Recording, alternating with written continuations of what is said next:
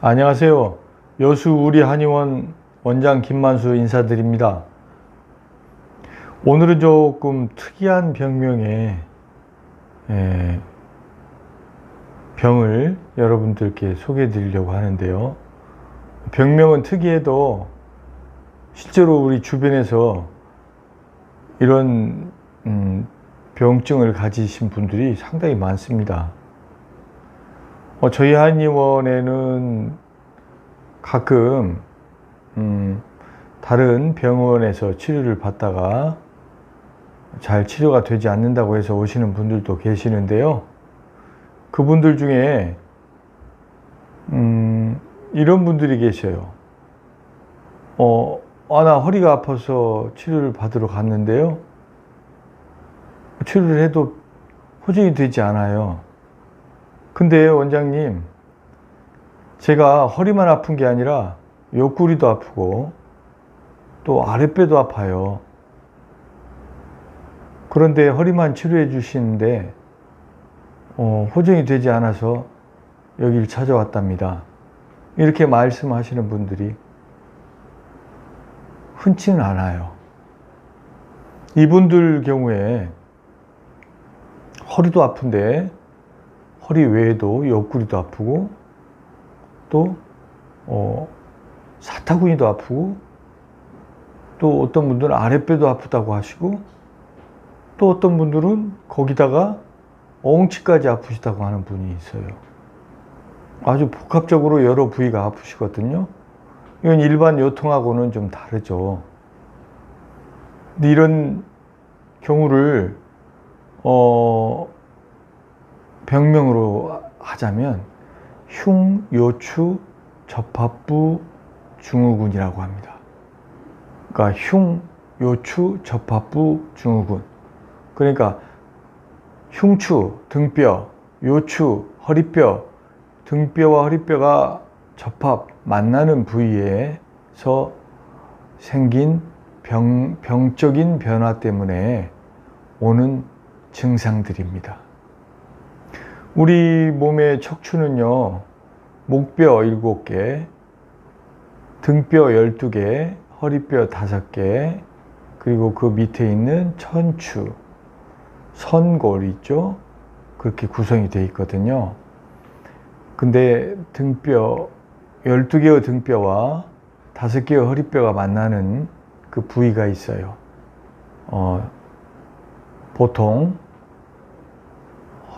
등뼈 10번, 11번, 12번과 허리뼈 1번, 이 부위에서 주로 일어나죠.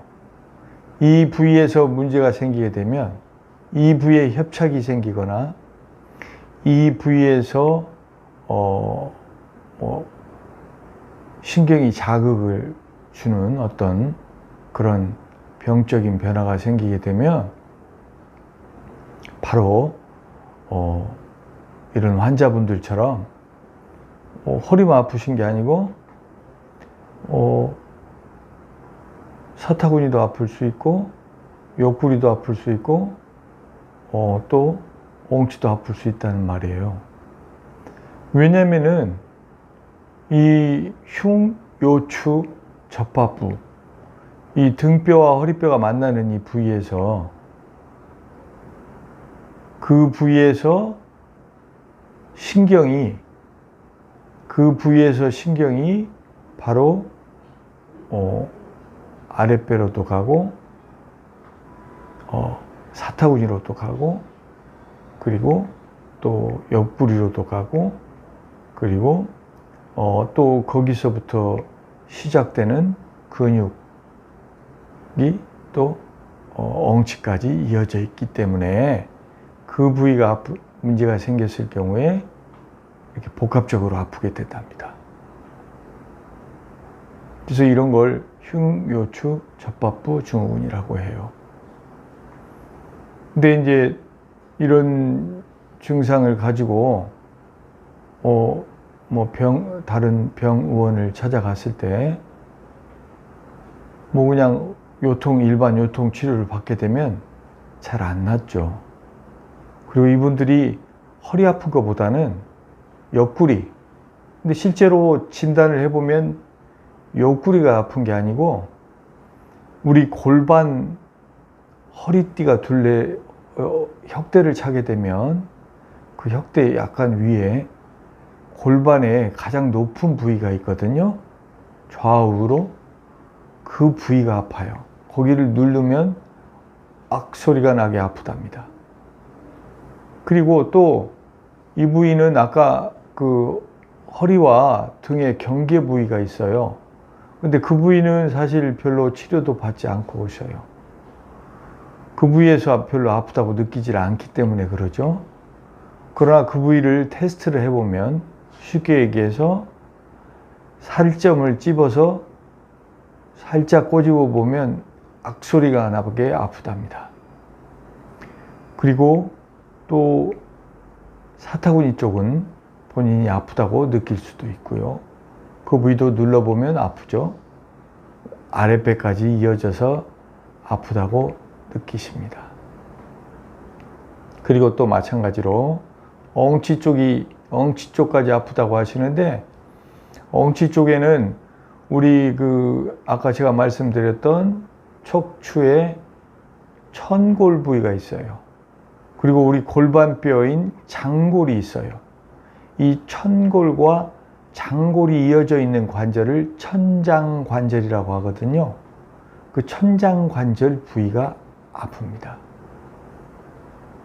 그래서 복합적으로 아픈데 이 부위는 본인들이 명확하게 꼬집어서 어디가 아프다고 할 수 없기 때문에 그냥 옆구리 아픈데 허리도 아픈데 아랫배까지 아프다 이렇게 말씀하시는 거거든요.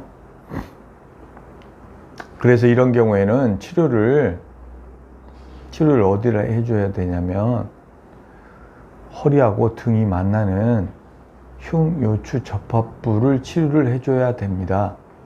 그 부위를 치료를 하지 않고 넘어가면 아무리 허리 치료해도 안 되고 옆구리 치료해도 안 되고 잘 낫질 않아요. 이런 분들이 꽤 많아요. 그럼 어떻게 해서 이런 증상이 생기게 됐냐? 그것은요, 노인분들이, 연세가 많으신 분들이, 허리 쪽에 협착이 오다 보면 등을 앉아서 일을 하실 때 자꾸 허리를 굽힌 상태에서 앉게 되시거든요. 그 허리를 굽힌 상태에서 앉아서 일을 장시간 하다 보면 바로 그 허리와 등뼈가 만나는, 등과 허리뼈가 만나게 되는 부위에 무게가 실리게 되고, 그래서 그 부위에서 병이 생기게 되는 겁니다. 또 이런 분들도 계셔요.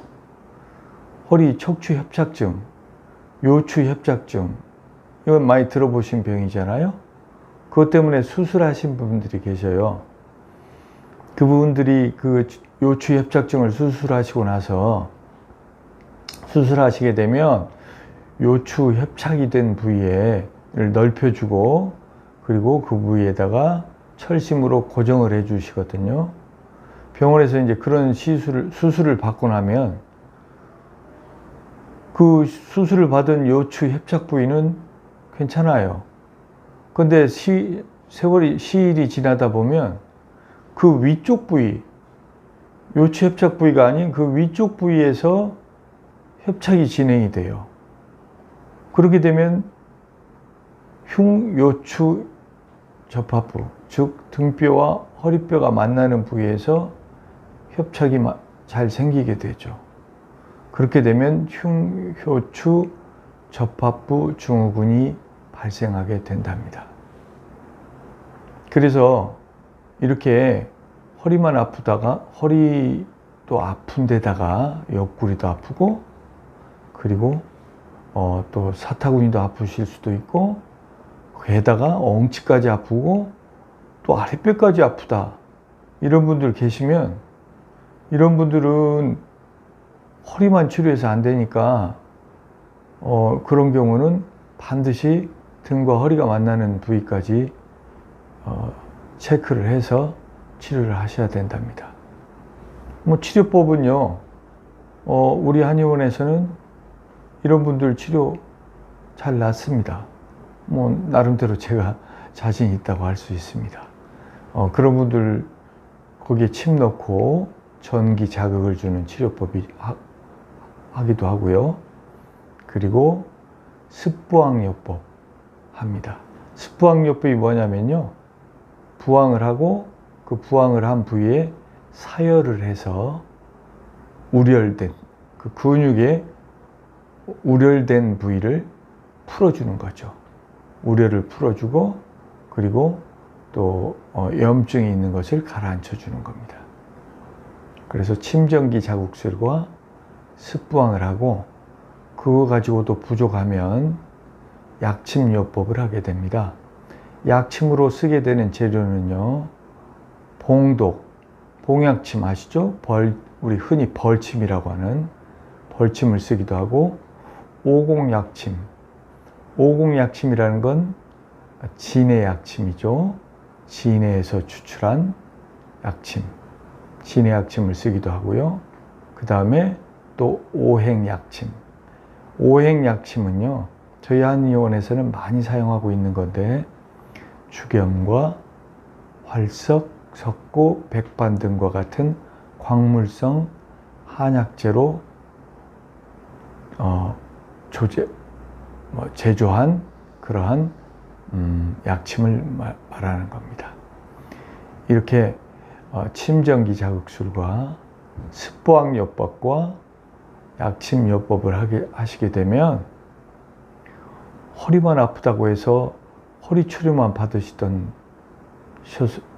받다 보니까 잘 안 났던 이런 옆구리와 사타구니와 아랫배와 엉치의 복합적인 통증이 차츰차츰 좋아져서 어느새 씻은 듯이 낫게 되신답니다. 여러분, 이제 좀 독특한 이름의 흉요추 접합부 증후군이라고 하는 병 아셨죠? 반드시 병이 복합적으로 증상이 나타나실 경우에는요, 반드시 그 부위를 체크해서 치료해야 되니까 참고하시고, 그리고 생활요법으로 꼭 알려드리고 싶은 게 있습니다. 앉아서 일하실 때 구부정한 자세로 허리를 굽히고 앉아서 일을 하다 보면 이런 흉요추 접합부 증후군 잘 생길 수 있거든요. 특히 연세 많으신 어르신들 구부정한 자세로 일하시지 마시고